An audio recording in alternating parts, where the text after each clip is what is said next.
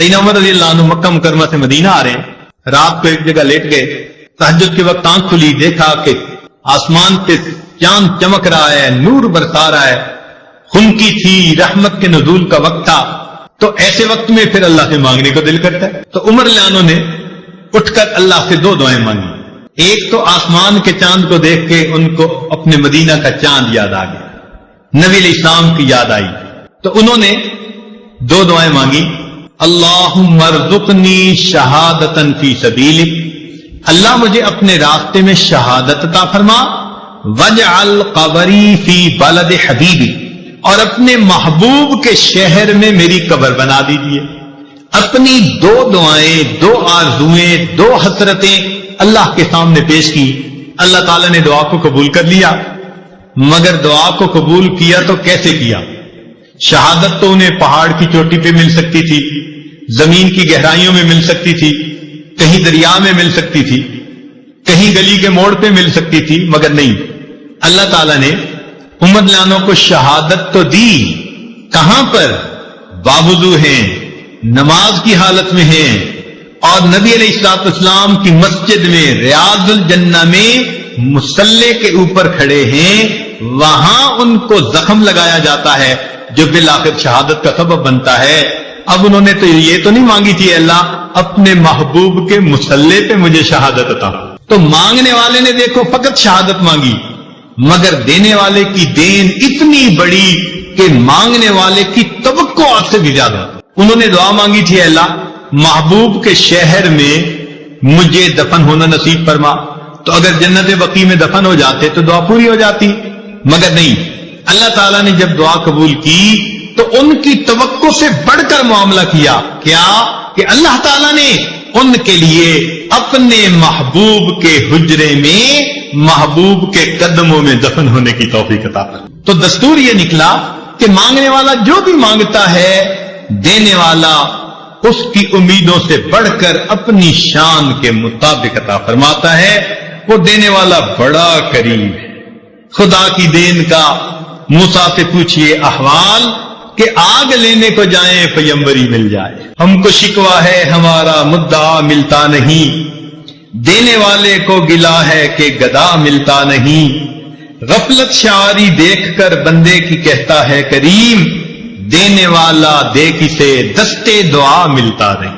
مانگنے والا ہاتھ ہو اور دل ہو تو پھر اللہ کیوں نہ عطا فرمائیں گے؟ وہ تو بلکہ دے کے خوش ہوتے ہیں۔ اس لیے ہمیں چاہیے کہ ہم اللہ کے حضور اللہ سے خوب نعمتیں مانگیں۔ ہمارے جانے میں دیر ہے، اس کی عطا میں دیر نہیں ہے۔ ہم تو مائل بکرم ہیں، کوئی سائل ہی نہیں، راہ دکھلائیں کسے راہ رو منزل ہی نہیں، طور تو موجود ہے موسیٰ ہی نہیں۔ جب رات مانگنے کا وقت ہوتا ہے، عام دنوں میں تہجد کے وقت، فجر کے وقت آنکھ ہی نہیں کھلتی، کس قدر تم پہ گراں صبح کی بیداری ہے، ہم سے کب پیار ہے ہاں نیند تمہیں پیاری۔ تو اس لیے ہم اللہ تعالیٰ سے اگر اس قبولیت دعا کے وقت میں مانگیں، حدیث پاک میں آتا ہے کہ تہجد کے وقت ایک فرشتہ کہتے ہیں حل من سائل فعطی له، ہے کوئی سوال کرنے والا کہ جس کے سوال کو پورا کر دیا جائے۔ تو جب اللہ تعالیٰ کی طرف سے اعلان ہو رہا ہے کہ مانگنے والوں مانگو، ہم اس وقت میٹھی نیند سوئے ہوئے، گھوڑے بیچ کے سوئے ہوئے، پتہ ہی نہیں ہوتا کہ بھئی ہم نے تہجد بھی پڑھنی ہے، فجر کی نماز بھی پڑھنی ہے۔ تو ان 7 وجوہات سے ذکر کی اہمیت سامنے آتی ہے۔ ذکر میں ہمارے سلسلے میں 3 طرح کا ذکر ہوتا ہے۔ ایک ہوتا ہے اللہ اللہ کا ذکر کرنا، اللہ کے نام کا ذکر کرنا۔ قرآن مجید میں ہے وَذَكَرَ اسْمَ رَبِّهِ فَصَلَّى، اور رب کے نام کا ذکر کیا اور نماز پڑھی۔ تو اگر کوئی پوچھے کہ رب کا نام کیا ہے تو ہم کیا جواب دیں گے؟ اللہ۔ تو معلوم ہوا کہ اللہ کا ذکر کرنا، تو اللہ کا ذکر کثرت کے ساتھ کرے۔ یہ بھی محبت کا باب ہے کہ جس سے محبت ہوتی ہے اس کا نام لینے میں مزہ آتا ہے، اس کا نام لینے سے دل کو سکون ملتا ہے۔ بعض لوگ کہتے ہیں او جی صرف اللہ اللہ کہنے سے کیا ہوتا ہے؟ بھئی اللہ اللہ کہنے سے ہی تو دل کو سکون ملتا ہے، دل کو تسلی ملتی ہے۔ مجھے ایک دن ایک ملک میں ایک صاحب مل گئے، کہنے لگے آپ اللہ اللہ کرتے رہتے ہیں، آپ کو اور کوئی کام نہیں؟ مجلس لوگ سن رہے تھے، کہنے لگے بس اللہ اللہ کرتے رہتے ہیں، آپ کو اور کوئی کام نہیں۔ میں نے کہا اچھا خدا کے بندے، قیامت کے دن اللہ کے سامنے یہی گواہی دے دینا کہ یہ شخص اللہ اللہ ہی کرتا رہتا تھا، دنیا میں اس کو کوئی اور دوسرا کام نہیں تھا۔ عجیب بات ہے کہ اس کو معمولی سمجھتے ہیں، ہر وقت اللہ اللہ کرنا کوئی معمولی بات ہے، ذرا کر کے دکھائیں نا پتہ چلے۔ یہ تو جس کے دل میں محبت ہوگی وہ ہر وقت اللہ کا نام یاد کرے گا کہ جی اللہ کا نام رٹنے سے کیا ہو جاتا ہے۔ بھائی ہم رٹیں گے گرچہ مطلب کچھ نہ ہو، ہم تو عاشق ہیں تمہارے نام کے۔ اللہ کے نام کا جو عاشق ہوتا ہے اس کو تو اللہ کا نام لینے میں مزہ آتا ہے۔ ماں کو بیٹے سے محبت ہوتی ہے، وہ بیٹے کا نام کتنے پیار سے لیتی ہے اور بار بار لیتی ہے۔ تو کیا اللہ سے محبت ہو تو اللہ تعالیٰ کا نام لینے سے انسان کے دل کو سکون نہیں ملتا؟ دیکھیں پانی کا ایک قطرہ گرتا ہے ٹونٹی سے اور نیچے چپس کا فرش ہوتا ہے، وہ پتھر کی طرح ہوتا ہے سخت، لیکن کچھ عرصے کے بعد اگر آپ دیکھیں تو اس میں بھی سوراخ ہو جاتا ہے جہاں ایک پانی کا قطرہ گر رہا ہوتا ہے۔ تو اگر پانی کا قطرہ تواتر سے گرتا رہتا ہے تو وہ پتھر میں راستہ بنا لیتا ہے۔ بالکل اسی طرح اگر اللہ اللہ کا یہ نام تواتر کے ساتھ دل کے اوپر لیا جائے تو یہ دل میں بھی اپنا راستہ بنا لیا کرتا ہے، انسان کے دل میں راستہ بن جاتا ہے اور اللہ کا نام دل میں بس جایا کرتا ہے۔ اس لیے اللہ کا ذکر کثرت سے کرنا چاہیے تاکہ دل پہ اس کا رنگ چڑھ جائے، اس کا اثر آ جائے۔ تو ہمارے سلوک میں ابتدا میں اللہ اللہ کا ذکر کرواتے ہیں، پہلے 7 اسباق اس میں ذات کے ہیں، اس میں اللہ اللہ کا ذکر کیا جاتا ہے مختلف لطائف کے اوپر۔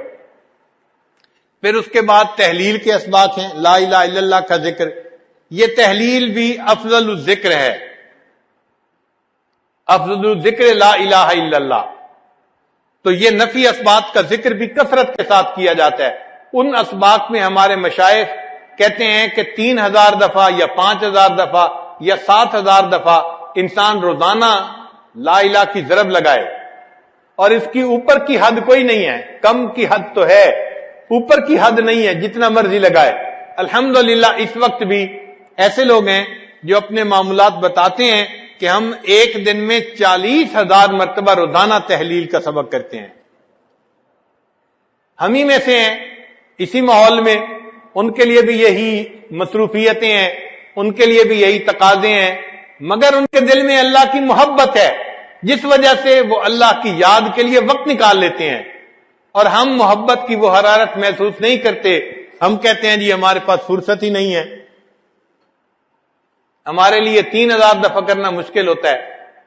یہ تحلیل کا ذکر ایسا ہے جیسے ایک آدمی کسی فرش کے اوپر جھاڑو دے دے تو گرد مٹی ساری صاف ہو جاتی ہے۔ یہ تحلیل بھی اسی طرح انسان کے دل سے ما سوا کے جتنے اثرات ہوتے ہیں سب کو مٹا دیتے ہیں۔ حضرت مجدد ثانی رحمت اللہ علیہ نے اپنے مکتوبات میں تفصیل لکھی ہے اور اس کے بعد ایک شعر لکھا ہے، فرماتے ہیں عشق کی آتش کا جب شعلہ اٹھا، جب انسان کے دل میں عشق کی آتش کا شعلہ اٹھتا ہے، ما سوا معشوق سب کچھ جل گیا، تو معشوق کے سوا جو کوئی بھی ہوتا ہے سب کچھ جل جاتا ہے۔ عشق کی آتش کا جب شعلہ اٹھا، ما سوا معشوق سب کچھ جل گیا، تیغ لا سے قتل غیر حق ہوا، یعنی لا کی تلوار سے جو غیر حق تھا، اللہ کے علاوہ جو کوئی تھا سب ختم ہو گیا۔ تیغ لا سے قتل غیر حق ہوا، دیکھیے پھر بعد اس کے کیا بچا، پھر بچا اللہ باقی سب فنا، مرحبا اے عشق تجھ کو مرحبا، اے عشق تجھے مرحبا ہو کہ تو نے ماں سوا کا نام و نشان مٹا کے رکھ دیا دل میں سے۔ تو لا الہ کی ضرب جب لگائی جاتی ہے تو دل صاف ہوتا ہے اور ماں سوا کی محبتیں دل سے نکل جاتی ہیں، ختم ہو جاتی ہیں۔ اس لیے پہلے اللہ اللہ کا ذکر کروایا جاتا ہے، اس کے بعد تحلیل کے اسباق آتے ہیں تاکہ ماں سوا کی کامل نفی نصیب ہو جائے انسان کو۔ ویسے بھی حدیث پاک میں یہ لا الہ الا اللہ کے بہت زیادہ فضائل ہیں۔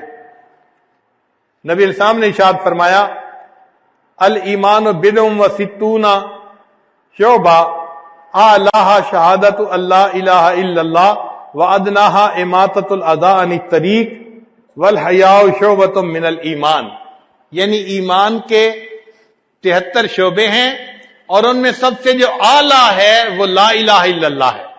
تو لا الہ الا اللہ اللہ کے ہاں اتنی اہمیت رکھتا ہے، اس کا ذکر کرنا اللہ کو بہت پسند ہے۔